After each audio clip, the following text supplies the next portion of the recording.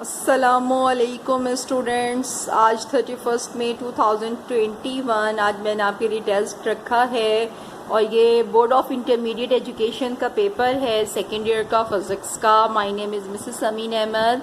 आप मुझे जानती हैं। दरअसल ये पेपर है सप्लीमेंट्री एग्जामिनेशन 2019 का पेपर मैंने लिया है। आपको अंदाज़ा हो जाएगा कि पेपर पैटर्न कैसा होता है, एमसीक्यूज़ का सेकेंड ईयर का कैसे आता है। मैं यहाँ पे सोल्यूशन डाल रही हूँ, एमसीक्यूज़ का सोल्यूशन डाल रही हूँ। पहला MCQ is that a single device containing, एक सिंगल डिवाइस है जिसके अंदर क्या क्या चीजें शामिल है, ammeter, voltmeter and ohmmeter. यानी कि एमीटर वो जिससे हम करंट मेजर करते हैं, वोल्ट मीटर वो जिससे हम वोल्टेज मेजर करते हैं और ओम मीटर वो जिससे हम रेजिस्टेंस फाइंड आउट करते हैं। इज कॉल्ड, बहुत सारे ऑप्शंस थे, the correct answer is the multimeter. तो याद रखिएगा कि multimeter is an instrument in which all the things are present. यानी कि मल्टीमीटर का मतलब होता है मल्टी माने कई, मीटर यानी कि बहुत सारी चीजें मेजर करना। और बेसिकली क्या चीजें हम मेजर कर सकते हैं, करंट, वोल्ट मीटर और रेजिस्टेंस। तो correct answer is the multimeter. Second is the if two capacitors, दो कैपेसिटर्स हैं of the capacitance 4 microfarad and 2 microfarad are connected in parallel. तो सबसे पहले तो जहन में लाया कीजिए कि फॉर्मूला लेकर आ गई आप। पैरेलल का फॉर्मूला बड़ा आसान होता है, सिंपल, उनको एडिशन कर दिया जाता है। तो C is equal to C1 plus C2। The correct answer is the 6 microfarad is our correct answer. Third is that the electric field intensity between the two similar charge plate is 0। गौर से सुनिएगा, वो कह रहा है कि एक जैसे चार्जेस, अभी मैं आपको इसका एक्सप्लेन करती हूँ कि ये 0 कैसे होगा, लेकिन आप इसको समझ लीजिए। The electric field intensity between two similar charge plate is 0। Students, अब हम देखेंगे कि E is equal to sigma upon epsilon naught जो है ये है टू अपोजिटली चार्ज प्लेट्स के लिए इलेक्ट्रिक फील्ड इंटेंसिटी की वैल्यू ये होती है। लेकिन ये क्या है, दो अपोजिट चार्ज प्लेट्स। अब क्या है, अगर सिमिलर चार्ज प्लेट्स की बात होगी तो ये क्या होंगे, पॉजिटिव और पॉजिटिव दोनों एक दूसरे को क्या कर देंगे, इफेक्ट को कैंसिल कर देंगे। इलेक्ट्रिक इंटेंसिटी शुड बी 0 क्योंकि पॉजिटिव और positive same charge repel each other. Minus minus ही भी एक दूसरे को क्या करते हैं, रिपेल कर देते हैं, लेकिन पॉजिटिव और नेगेटिव एक दूसरे को क्या करते हैं, अट्रैक्ट करते हैं। तो याद रखिएगा, electric field intensity due to the similar charge plates 2 की बात हो रही है। 2 similar charge plates should be 0।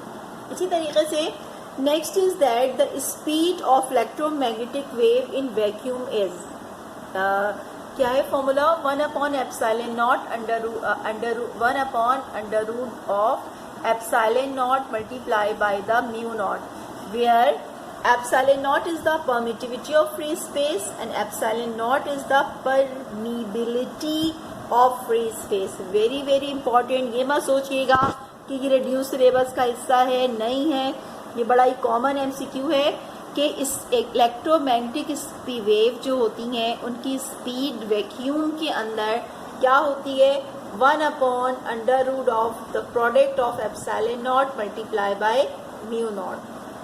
Now fifth is that phase displacement law is that wavelength of the maximum intensity is inversely proportional to the temperature।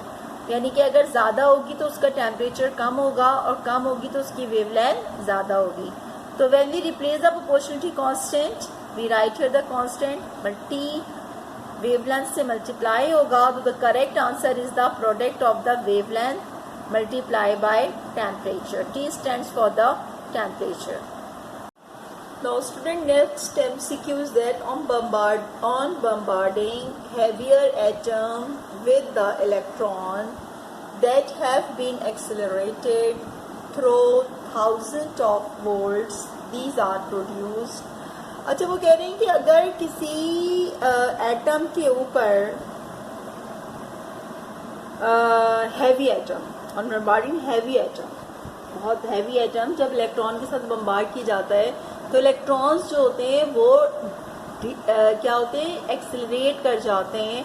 तो ये पूरा आपने process पढ़ा था, इसमें क्या प्रोड्यूस होती है, एक्स रेज प्रोड्यूस होती है। The correct answer is the x-ray. It's a basic definition, आप याद रख सकती हैं कि x-rays are produced when heavier atom bombardment with the electron, या उल्टा कह सकते हैं कि जब इलेक्ट्रॉन को किसी हैवियर एटम के साथ कोलाइड किया जाता है तो नतीजतन हमें जो चीज़ें मिलती हैं, जो रेज मिलती हैं, वो क्या होती हैं, एक्सरेज मिलती हैं, और उसके नतीजे में इलेक्ट्रॉन्स जो होते हैं बहुत ज़्यादा वोल्टेज के साथ मूव कर जाते हैं।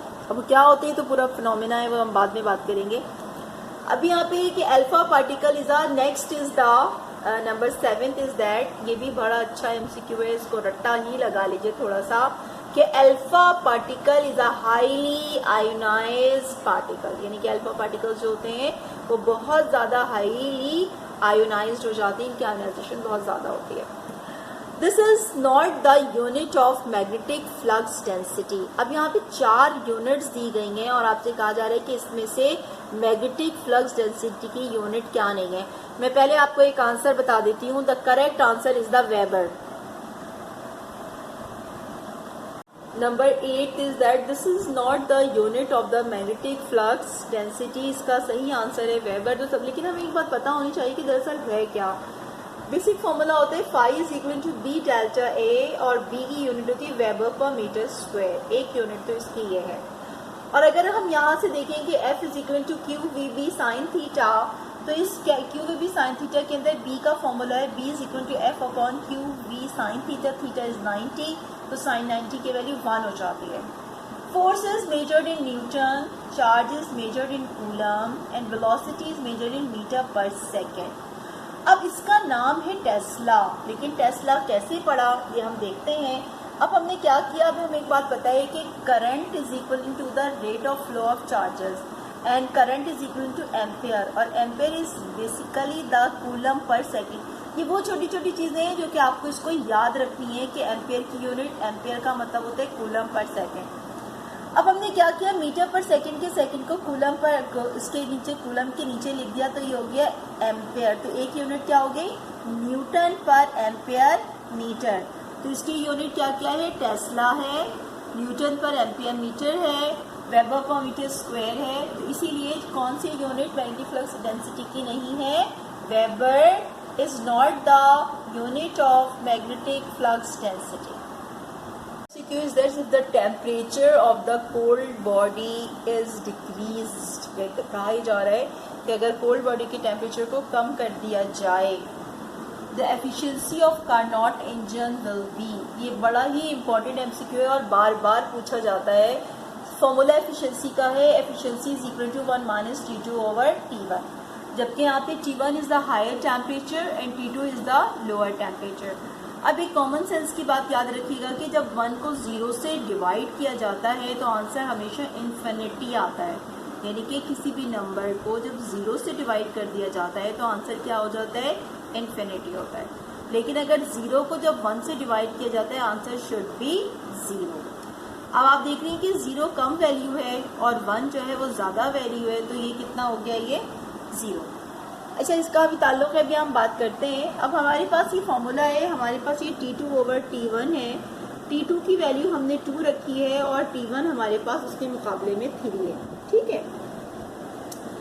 अब हमने जब इसको डिवाइड किया, T2 अपॉन T1 लिया, तो इस वक्त इसकी वैल्यू आई थी 0.66 और एफिशिएंसी आ गई 0.33।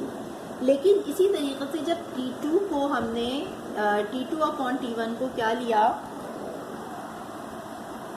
तो अब आप देखिए कि अभी हमने जो T2 जो है वो 2 है और T1 3 है, उस वक्त हमारे पास जो एफिशिएंसी आई है 0.33। अच्छा, अब हमारे पास T2 को हमने कम कर दिया, यही कंडीशन है ना कि if the temperature of the cold body decrease, कम किया जा रहा है। अब जब कम कर दिया, T2 को 1 कर दिया T1 के मुकाबले में, तो एफिशिएंसी कितनी होगी, 0.66। 2 पर एफिशिएंसी 0.33 थी और T2 पे तो आंसर क्या आ गया, increased. If the temperature of cold body is decreased, the efficiency of Carnot engine will increase. Now students, of the next MCQ is that in radioactive decay law, आप पढ़ चुके हैं, ये न्यूक्लियर फिजिक्स के chapter का है, radioactive decay law. In radioactive decay law n is equal to the n naught e की power minus lambda t, lambda represent the correct answer is that decay constant is the answer. तो ये बहुत important चीज़ है, ये law है radio active law, बहुत ज़्यादा। अगर आप 5A पेपर उठाएंगे तो आपको ये MCQ बहुत ज़्यादा इंपॉर्टेंट MCQ है।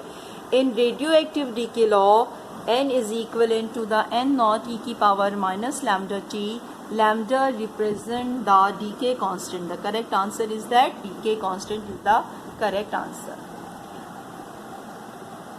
Number 12 is that the device used to make the path of the ionizing particle visible, वो डिवाइस जो कि आयोनाइजिंग पार्टिकल को विजिबल करती है, जो कि आयोनाइजिंग पार्टिकल के पाथ को नज़र आने में मदद देती है। The device used to make the path of ionizing particle visible is Wilson cloud chamber is the correct answer.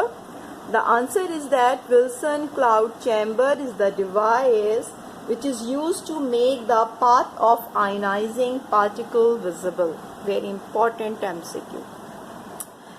13 is that the practical application of the phenomena of the mutual induction is transformer. अब ये reduce syllabus में है नहीं है what ever, लेकिन आपको ये बात पता होनी चाहिए कि transformer is basically the practical application of the phenomena of mutual induction.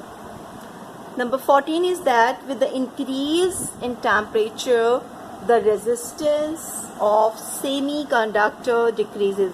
यहाँ बात कंडक्टर की नहीं हो रही है, यहाँ बात हो रही है semiconductor. Semiconductor is different thing with the conductor, that's why the properties should be different.